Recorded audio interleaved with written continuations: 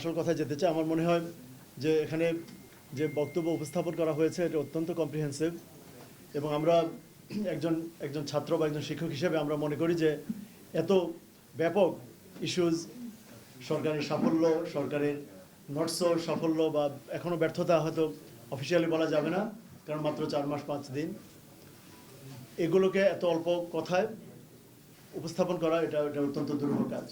আমি মনে করি যে পয়েন্টসগুলোর মধ্যে সবচেয়ে ভালো যে সরকারের সাফল্য যে 9টি বা 10টি যদি ইমাম মুয়াজ্জিন, আমি মনে করি আরও বেশিও হতে পারে, ডিপেন্ড করে আপনি কতটুকু খুঁটিনাটি বিষয় আনবেন।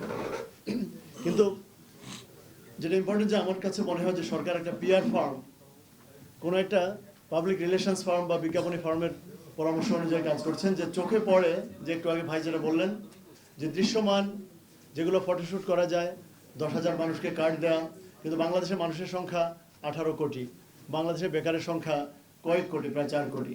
বাংলাদেশের প্রতি বছর আমরা দেখেছি যে 23 লক্ষ যুবক যুবতী, তরুণ তরুণী কর্মক্ষেত্রে প্রবেশ করছেন। সুতরাং এই ব্যাপক দারিদ্র্য, এবং আমরা এখানে এই প্রেজেন্টেশনে আপনারা দেখতে পেয়েছেন যে বিশ্ব ব্যাংকের কথা অনুযায়ী যে প্রায় 3,60,00,000, সেটা 2025-এ, এই 36 মিলিয়ন পিপল যদি পভার্টি লাইনের নিচে চলে যায় এবং 2022 সালের পর 4 বছর ক্রমাগত সে দারিদ্র্যের হার বেড়ে যাওয়া, সেক্ষেত্রে দু একটি 2,000-5,000 টাকার কার্ড কতটুকু কার্যকর ভূমিকা রাখবে।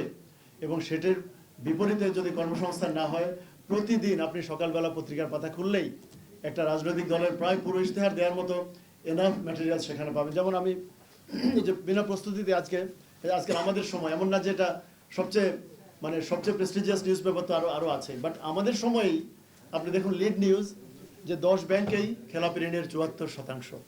তাহলে বাংলাদেশের টোটাল ব্যাংকিং সেক্টরে ঋণের পরিমাণ এই মুহূর্তে 18 লক্ষ, 18,20,000 কোটি টাকা। তার মধ্যে এই এক সপ্তাহে ডেইলি স্টারের মতো প্রেস্টিজিয়াস পত্রিকায় বা ফাইন্যান্সিয়াল এক্সপ্রেসে এসছে যে distressed loan based on government statistics, Bangladesh ব্যাংকের পরিসংখ্যান অনুযায়ী ডিস্ট্রেস লোনের পরিমাণ প্রায় 11 লক্ষ কোটি টাকা, 60%-এরও বেশি। তাহলে এই অবস্থায় বাংলাদেশের যিনি কর্ণধার, বাংলাদেশের অর্থনীতির যারা কর্ণধার, তাদের তো দিবারাত্রি কাজ করার কথা। আমাদের ব্যাংকিং সেক্টর রিফর্ম, সেখানে আরও বড় বড় লোনগুলো এখনও যাতে মনিটরিংয়ের আওতায় আসে, ব্যাংকগুলোর গভর্নেন্স, বিশ্ববিদ্যালয় গভর্নেন্স। এখানে আরেকটি জিনিস সুজন বলেছে যে যেসব বিশ্ববিদ্যালয়, আমাদের এখন 181টা বিশ্ববিদ্যালয় আছে, তার মধ্যে কমপক্ষে 4টি